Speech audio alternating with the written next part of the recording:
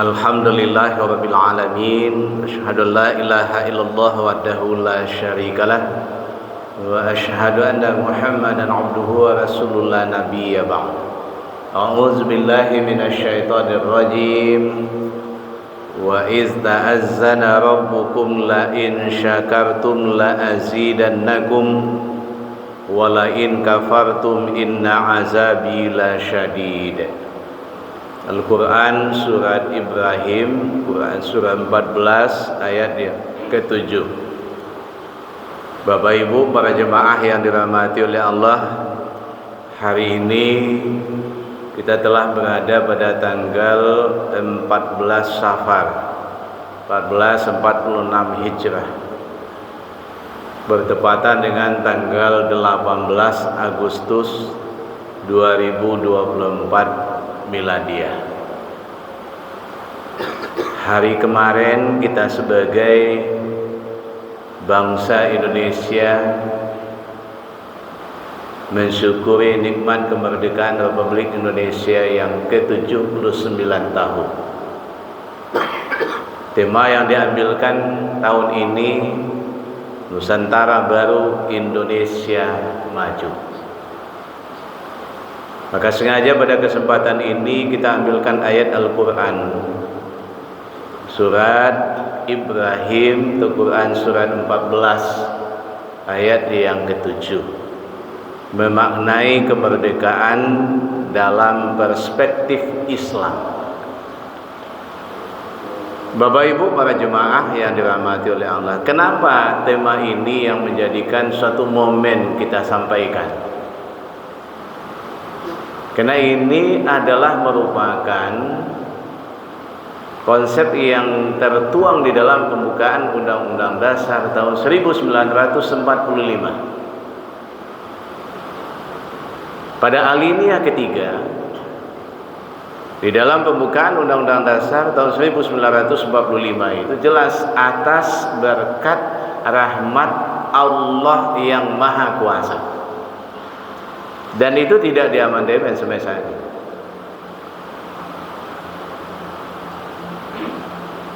Artinya kalau kita mencoba merenungkan sejenak, kalimat yang seperti itu bukan kalimat yang basa-basi, bukan kalimat yang seperti indah saja, tapi adalah menghujam bagi kita umat Islam. Tidak akan mungkin kemerdekaan itu diperoleh kalaulah tidak atas berkat rahmat Allah yang Maha Kuasa. Karena ketika itu adalah persenjataan apa adanya, bedil belangsa, bambu runcing, parang dan lain segala macam. Sementara musuh ketika itu dengan persenjataan yang canggih. Makanya saat ini sudah 79 tahun perjalanan sebagai bangsa merdeka. Merdeka bukan hanya daripada belenggu penjajahan fisik, tetapi juga adalah dari penjajahan mentalitas dan moralitas serta kebudayaan. Makanya kita berutang budi kepada para pejuang dan pahlawan yang telah mengorbankan segalanya demi kemerdekaan ini. Nah, lupa dengan sejarah seperti itu. Makanya keliru juga Bapak dan Ibu adalah ketika berbagai macam kegiatan dalam rangka memeriahkan hari ulang tahun kemerdekaan Republik Indonesia, kemudian minta-minta sedekah di jalan, kemudian pakai organ tunggal sampai nanti tengah malam mabuk-mabukan, itu laknat Allah yang akan datang. Menurut saya bukan itu adalah mensyukuri nikmat kemerdekaan. Jadi kemerdekaan itu adalah sesuatu yang patut untuk disyukuri. Makanya Allah Subhanahu wa taala mengingatkan kita dalam Al-Qur'an tadi, Al-Qur'an surat 14 atau Quran surat Ibrahim ayat yang ke-7, dan ingatlah juga tak kala Tuhanmu memaklumkan sesungguhnya jika kamu bersyukur pasti kami akan menambah nikmat kepadamu. Dan jika kamu mengingkari nikmatku, maka sesungguhnya azabku sangat pedih. Artinya ayat ini mengajarkan kepada kita bahwa dengan bersyukur atas nikmat kemerdekaan, kita akan mendapatkan lebih banyak keberkahan, kebaikan daripada Allah Subhanahu wa taala. Dan itu janji Allah. Allah dalam Quran, walau anna ahlal qur'an amanu wattaqaw la fatahna 'alaihim barakatin minas sama'i wal ardh. Kalau sekiranya suatu negeri, suatu kampung, suatu negara itu betul-betul dia taat, betul-betul dia beriman kepada Allah, mencurah dari langit, memancar dari bumi berkah. Tapi berkah itu dicabut oleh Allah. Kenapa? Walakin kazabu, kebanyakan manusia itu pengkhianat. Fa akhaznahum bima kanu yaksibun. Terima ancaman itu kembali. Sebentar bagi Allah melihatkan kekuasaannya, Bapak. Mirisnya kita lagi, Bapak dan Ibu, kenapa? 2 hari menjelang detik-detik proklamasi kemerdekaan akan dilaksanakan. Yang sekarang ini adalah dipusatkan, itu adalah di IKN. Yang menenggelam biaya yang bukan itu adalah ratusan juta, tapi ratusan miliar.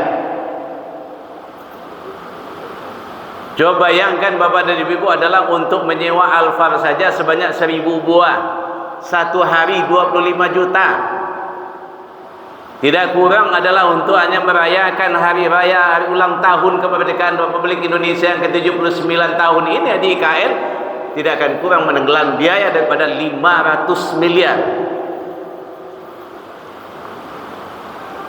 Hanya untuk seremoni seperti itu.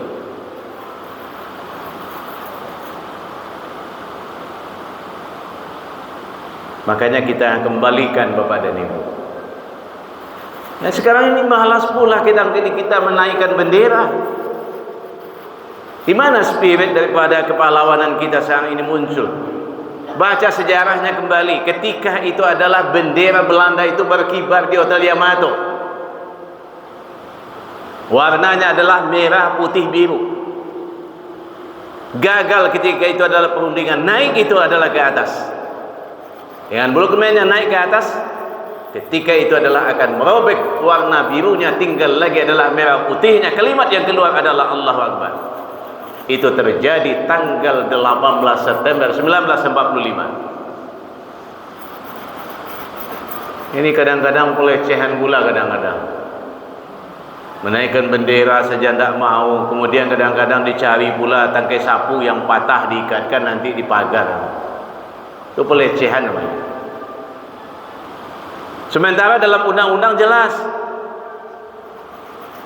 Itu dengan bendera, coba lihat pasal daripada 35, pasal 36 Undang-Undang Dasar tahun 1945.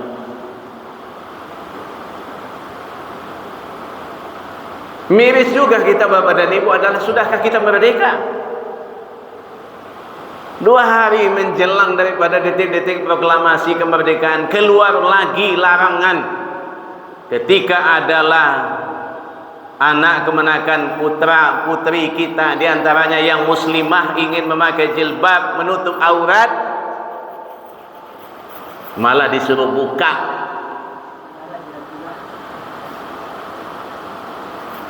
Dan itu ketua BPIP-nya ada. Kepala BPIP-nya ini adalah Prof. Yudian ini kalau tidak paham dengan agama, tidak paham pula dengan Pancasila, keliru juga saya memahami dia. Dia mantan rektor UIN kok.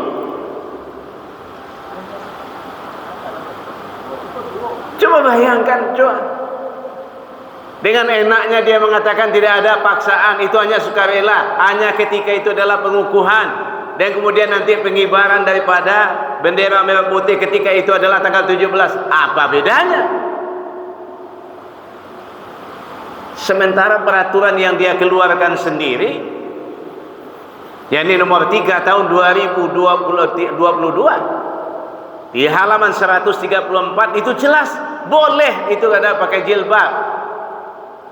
Nah, tahu-tahunya ketika detik-detik lagi akan melaksanakan Tidak lama sesudah itu diganti lagi, yang bawa baki ini adalah asal orang Minang. Karena apa? Pak Gubernur kita keras, kami akan jemput, itu adalah anak kami.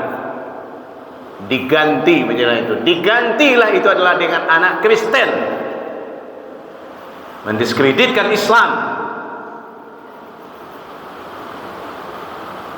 Jadi Bapak dan Ibu para jemaah yang dirahmati, ini lebih sadis daripada PKI. Lupa dia dengan sejarah tentang masalah Pancasila.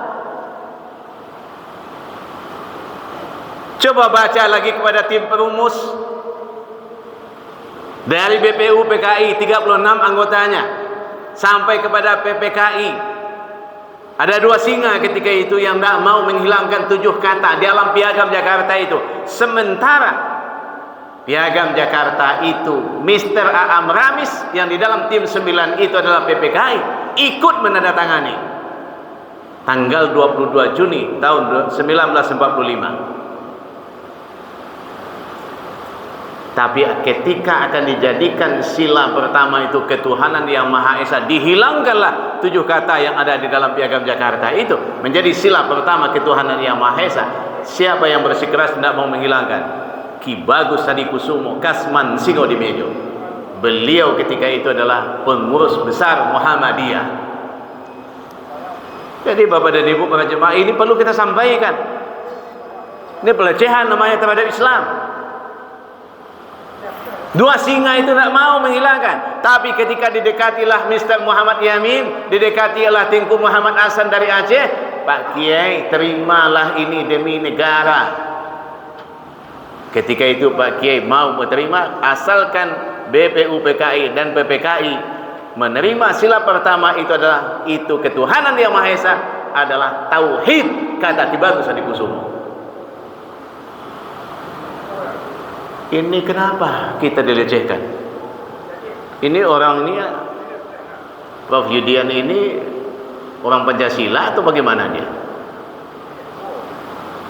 Bapak Ibu para jemaah yang dirahmati oleh Allah, makanya kita kembalikan. Ini adalah memaknai kemerdekaan dalam perspektif Islam.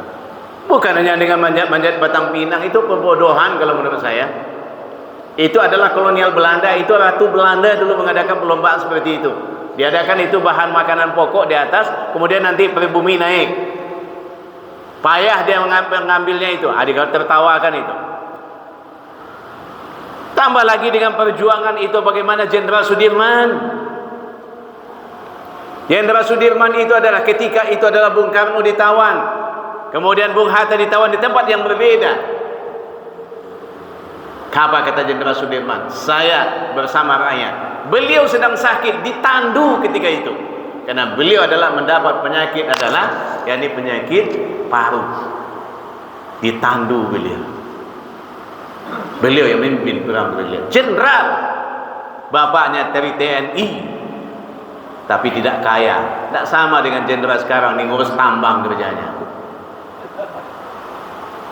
Assalamualaikum warahmatullahi wabarakatuh.